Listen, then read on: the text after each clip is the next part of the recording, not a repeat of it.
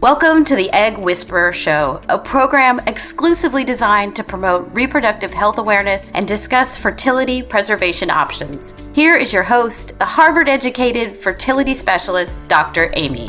She's known as the Egg Whisperer.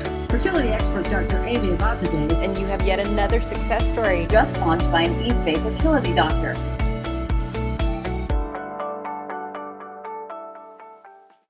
Hi, everyone. Welcome to the Egg Whisperer Show. And I'm so excited to have Michael on with us today. Hi, Michael. Thanks for joining us. You are more than welcome. How are you? I'm doing great. I love watching you and your family on Instagram. You have such a gorgeous family. Oh, you're too kind. It's been chaos today, but they're both in bed, so it's fine. The title of today's show is LGBTQ plus Parenthood, Surrogacy, and Education with Michael Johnson-Ellis of TwoDadsUK. And let me just tell you guys a little bit about Michael. Michael and his husband, Wes, make up TwoDadsUK. They're proud fathers to Talulah and Duke, born via surrogacy. They're on a mission to help normalize same-sex families in the UK. And you guys are doing a great job of it. I mean, I know that, we're so lucky here in the Bay Area, especially not to have to deal with a lot of the shame and taboo and stigmas that go along with, same-sex family building, and you are just doing an incredible job by sharing your story and doing everything you're doing. So thank you for that. You guys are very active in surrogacy law reform and have already influenced major change to UK healthcare guidance when it comes to the treatment of surrogates and intended parents. So tell us a little bit about yourself and your family. Sure. Okay. Well, thank you, first of all. I'm Michael, and I've been married to Wes since 2014. We met in 2012. And when we met, Wes has a daughter from a previous straight relationship, and I knew that he had kids. So when I met him, I really liked that fact. I desperately wanted to be a dad. So we had that conversation quite early on about wanting kids. And we just have had a great time ever since. Surrogacy for us was always the first option of how we were to build our family. So we did nearly 3 years worth of research looking into all of the various options, the various countries and the various pathways that would work for us. We decided on UK surrogacy, which is altruistic. So some similarities to Canada. And in doing that, we had to navigate our way through, just treacle, literally. And we wanted to ensure that by telling our story again would assist more people that would want to follow. So that's what we did. We created TwoDadsUK. And then as far as the response that you've gotten from TwoDadsUK, what has that been like for you guys? Yeah, it was crazy. We started off as it was just an Instagram account. It was purely a Facebook account to destigmatize surrogacy and to kind of bring it front and center, so people would talk about it, but so people would also see our family and get people talking more about same-sex families. And right from the beginning, it just exploded in the sense that the attention was mixed to begin with, and we then were approached to do a number of sort of collaborations, TV documentaries, some commercials, and then as when we had our family and our fertility journey was documented, when I'm sure we'll come on to it, we had quite a mixed experience, and it was because of that we decided to do something with the platform that we had and to, I guess, do a bit of good by using our following and the Instagram and the Facebook platform. Right. And you're doing even more now. Tell us about the agency that you guys have started. We like a challenge. So we've been working on setting up this particular organization for nearly 3 years, and it launches in the next 2 weeks. So it's been a real experience. It's called My Surrogacy Journey.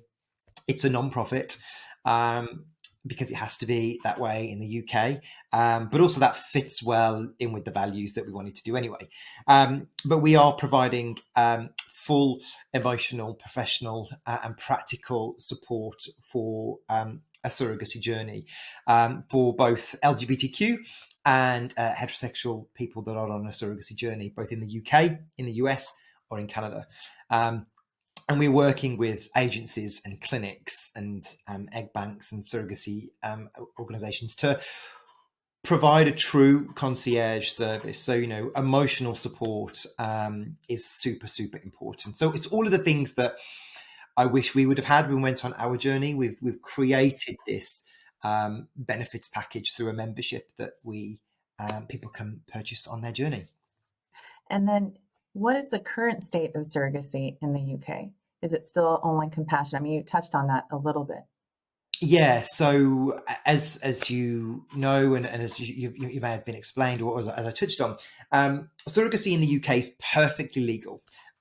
It's altruistic. So what that means is no organisation can profit from surrogacy. You can't advertise for a surrogate in the UK. So you can either, if you want to access surrogacy, you either work with one of the non-profit organisations, or you do an independent journey. So you will find your own surrogate, you will choose your own clinic, your donor. You'll choose whether you want to do traditional surrogacy or gestational surrogacy. So that's the options that you have, and the law is massively inadequate and out of date. It's the Surrogacy Arrangements Act of 1985 and the HFEA Act of 1990. So it's been updated over time, but it's only as recently as 2010 when sort of gay people could access surrogacy through applying for the parental order. And the parental order is the biggest issue in the current legislation. And that essentially, when your child is born to a surrogate, the surrogate is classed as the legal mother until you have your parental order granted by the court. If you do domestic or UK surrogacy, that takes about 5 months. If you've had international surrogacy, there are some people that can take 12, 18 months. So it's a real issue. But we were involved in some of the reform and the conversations that took place at the House of Parliament, and we were involved in last year's sort of consultations with the law commissioners for England, Wales, and Scotland. And that was an experience because it was an overwhelming response. Was the parental responsibility needs to be from birth. That was overwhelmingly what everybody was wanting, and the thinking process is that will be the case. But this isn't. That consultation period ended in October last year. As we know, the world has gone crazy. That year before, and the chance of this coming in now as new legislation is probably going to be 2024, 2025. So there's still a way to go. Wow, that's true. But you've really helped quite a bit. I mean, I just see the conversations you're having. They're changing the hearts and minds of so many people in your community and just making it easier for the LGBTQ community to start talking freely about having families. Absolutely, and it's surprising how many people just didn't even know how accessible it was, or the misconception that it was illegal, or that the only options were to go to the US or go to other countries where there was less safety or less regulation. And we're all about trying to provide a safer pathway to parenthood. Option and choice is that's the intended parent's decision. We can talk about surrogacy and talk about what those options look like, but ultimately it's always their decision. Right. How is it handled when it comes to delivery, and who's in the delivery room? Obviously, pre-COVID, it depends where you give birth in terms of the hospital. So in the UK, we have it's called the NHS. It's a publicly funded health service. It's good. Obviously, healthcare is free. But depending which hospital you give birth at will depend on what their policy is. So when we had Talulah, when we had our first appointment for our 12-week scan, the mood very, very quickly changed from us being really excited to being really flat, because we were just told what we couldn't do, and the hospital were working to an outdated policy. they were referring back to this law, which was just outdated and not really fit for modern family building. And we were just being told, no, you can't do that. You can't do that. You can't do that. You won't see your baby being born. You know, the baby will have to be given to you off premises on a car park, not on hospital property. And it was just like, no, this isn't fair. So we challenged it, and we changed our consultant, and we then had the most unbelievable inclusive journey, and we didn't want anything different. You know, we just wanted that image of car seats, holding hands, balloons, you know, and we got that. And more importantly, we got to see the birth of Talulah, and our surrogate had a planned C-section. And in the UK, it's one person only in theatre, and that was always going to be our surrogate's husband. And literally 3 minutes before Talulah was born, they rushed into our side room, and he rushed in, and there was no baby, and we're like, is everything okay? And he's like, get some scrubs on, you can come and see your child being born. So they changed it just at the last minute, because they were like, do you know what, these men need to see their child being born. They're not birth partners, these are parents. And we were the first surrogacy journey that this hospital had. So we saw Talulah being born, and they rewrote their policy because of our experience. And because they rewrote it, 30 other NHS trusts, hospitals, copied the policy and rolled it out across the UK. So now more and more intended parents are at the birth, even if it's an elective C-section now, where for the last however many years, it was always only one person. So that was positive. Wow. So you mentioned finding the right fit. How did you approach that? So if someone's listening and they're in that situation, because it still might happen, how would you recommend they do that? We would, it's part of the work that we do every single day. You know, there's not a rest for us. We're doing this constantly, you know, helping and making sure people's journeys are safe. And more than safe, it's more about that they're equal, that they are still visible parents here. They are not birth partners. This is a real special time for them. And I would always advise everyone to request the surrogacy policy of that particular NHS trust. If that policy hasn't been updated since October 2018, then the chances are that policy won't be reflecting the government guidance that came out in October, November 2018, which allows you to be present, which allows you to not have your child handed to you on a car park, which treats you as a parent and not as a safeguarding risk. So what makes surrogacy different as a same-sex couple than, let's say, a heterosexual couple? You really notice being a same-sex couple more when you have children. You know, maternity services generally aren't built for our type of family. And you know, just when we were going for scans, we always wanted Caroline's husband with her. So we would all crowd into the same room, and you could see people thinking, there are 3 men with that woman. What is going on? And we would get funny looks, and we would love it because you can ham it up a little bit. But the general process and system, and I think surrogacy is, whilst people have been going through surrogacy since 1985 in the UK, it's more and more common now. So there's approximately between 400 and 500 children a year being born in the UK through surrogacy, and it's growing.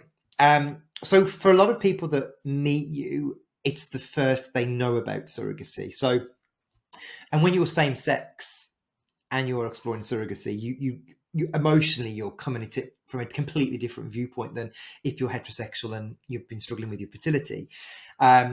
It's more of a celebration for us, but for someone who's heterosexual, it's probably an exhausting, it's a last resort, you know, that a woman is having to give over that last right to carry her child. So they're probably emotionally very, very different.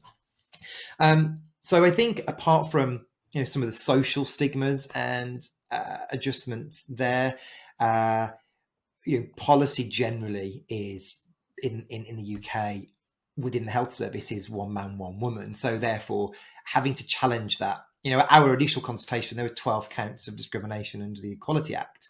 So it was only by correcting that, what else happened just followed nicely.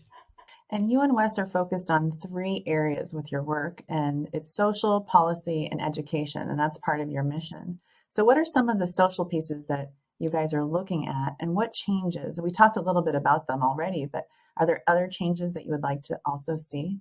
One of the ones that we do is called Dads Change Too, and this is a social policy. So and we've got a 17-month-old and a 4-year-old. So my 4-year-old obviously isn't in nappies anymore, but Duke still is. And being a dad generally in the UK when you want to change your children is really tricky. It's not like some parts of the US where, particularly where you live, where bathrooms have changing facilities. They just doesn't exist in the UK in male bathrooms.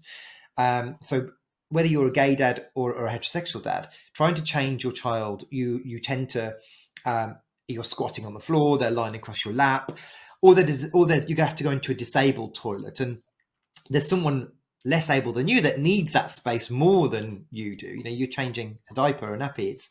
You shouldn't need that. So we're working on a non-profit initiative to roll out 120 baby changing stations in each city, which we receive funding, and then we sponsor the changing stations and we put them through. That's one of them. One of the other major pieces is educating healthcare professionals about surrogacy and how to engage with intended parents and surrogates, and the correct use of language when talking about the surrogacy journey. And the big area that's really undereducated is the midwifery community, which is really surprising.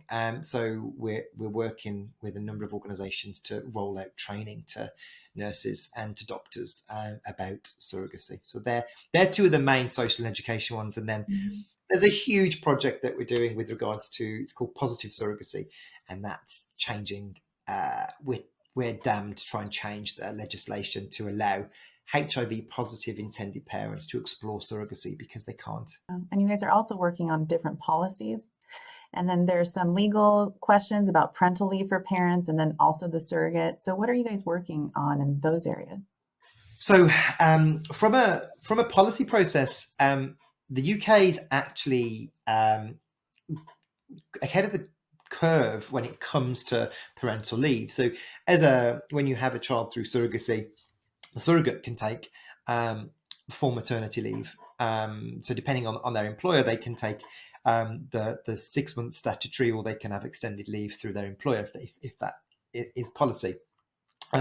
Again, for intended parents, you can both have time off. So I was able to take 9 months off work, and Wes can share your leave. So you're allowed to take 50-50 each. So from the UK point of view, it's really, it's actually quite progressive.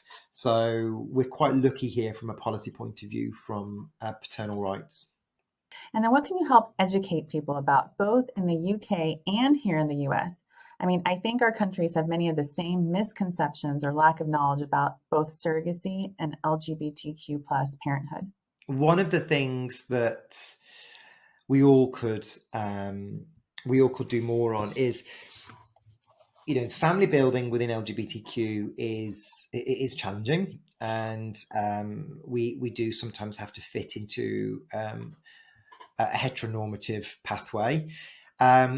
But one of the biggest things is, when you are going through surrogacy, there are often 2 people involved, and one of those individuals won't be biologically linked to that particular child, or won't be using their gametes for that particular fertility journey. And what healthcare professionals seem to get wrong is the inclusion of all parties and all parents, and not just referring to the person that's donating their sperm or their eggs.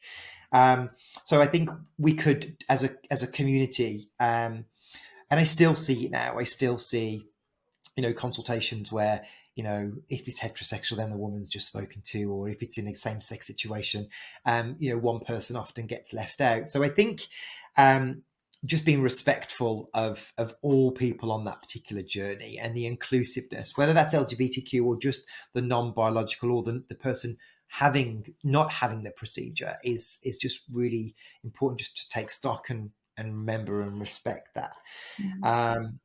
And also, just understanding that we've had a bit of a journey to get to where we need to, and this isn't a conveyor belt of treatment. This is a real, I always say there are no unwanted children to anyone that's born through fertility treatments, particularly from LGBTQ communities, because these children are desperately wanted and loved and needed. So the journey can often be super emotional and charged. And then what other changes do you foresee in the future government in the UK? Well, the biggest is the law reform, which we hope that comes through in the next few years. I would love there to be a discussion around allowing those with HIV to explore surrogacy, because at the moment you can explore IVF if you're HIV positive and undetectable and on medication, but if you're exploring surrogacy, then you're not allowed because of the donation rules. So I would love to see that change. It's just so unfair, and intended parents are they have to go to the US or to Canada or to Cyprus. They're the places where people tend to go. So I'd love to see that change, and that's something that we're trying to challenge. As for the surrogacy laws, I don't think they're going to be commercial. I think it will stay altruistic. So that's certainly one to watch. But yeah, that's what I would predict. Yeah, I didn't realize that HIV positive parents couldn't use a surrogate in the UK. No, you can't. It's shameful, and it's completely discriminatory. Yeah, it's just absolutely unfair. So that's the next challenge. So let's just say you have a room full of IVF doctors. Okay. What would you say to them to help patients be allies in your mission? What would you teach us? What would you want to leave us with? Rather than, for the month of June or July, you slap a rainbow flag on some part of your branding, rather than, being with us for 1 month of the year and pink washing and rainbow washing your brand. Commit to being inclusive all of the year. And we're not asking for, our own section of your website. Just include us in your website, and just include us in your operation, your clinic, your practice, your education, because we aren't going away, and our family bill, the trend we're seeing, millennials are turning to reproductive medicine more than previous generations. So the LGBTQ community are opting more for reproductive med than the previous. So it's time to wake up and understand that gays have kids too. So just get with us and support us, because we ain't going anywhere. I love that. Gays have kids too. You're not going anywhere. I really hope you aren't. You're doing amazing. Can you share with us your website names, the where we can find you on Instagram, and your new agency name? Yeah, I would love to. So TwoDadsUK, you can go to TwoDadsUK.com, and that's TwoDadsUK.com. And we're on Instagram and Facebook, which is TwoDads.U.K. And then my surrogacy journey is mysurrogacyjourney.com, and you can find us on Instagram and Facebook with official My Surrogacy Journey. Awesome. Well, thank you, Michael, for coming on with us today. Thank you for everything you're doing to change the world and provide education for parenthood for everybody. Thank you so much. Welcome to the Egg Whisperer Show, a program exclusively designed to promote reproductive health awareness and discuss fertility preservation options. Here is your host, the Harvard-educated fertility specialist, Dr. Amy.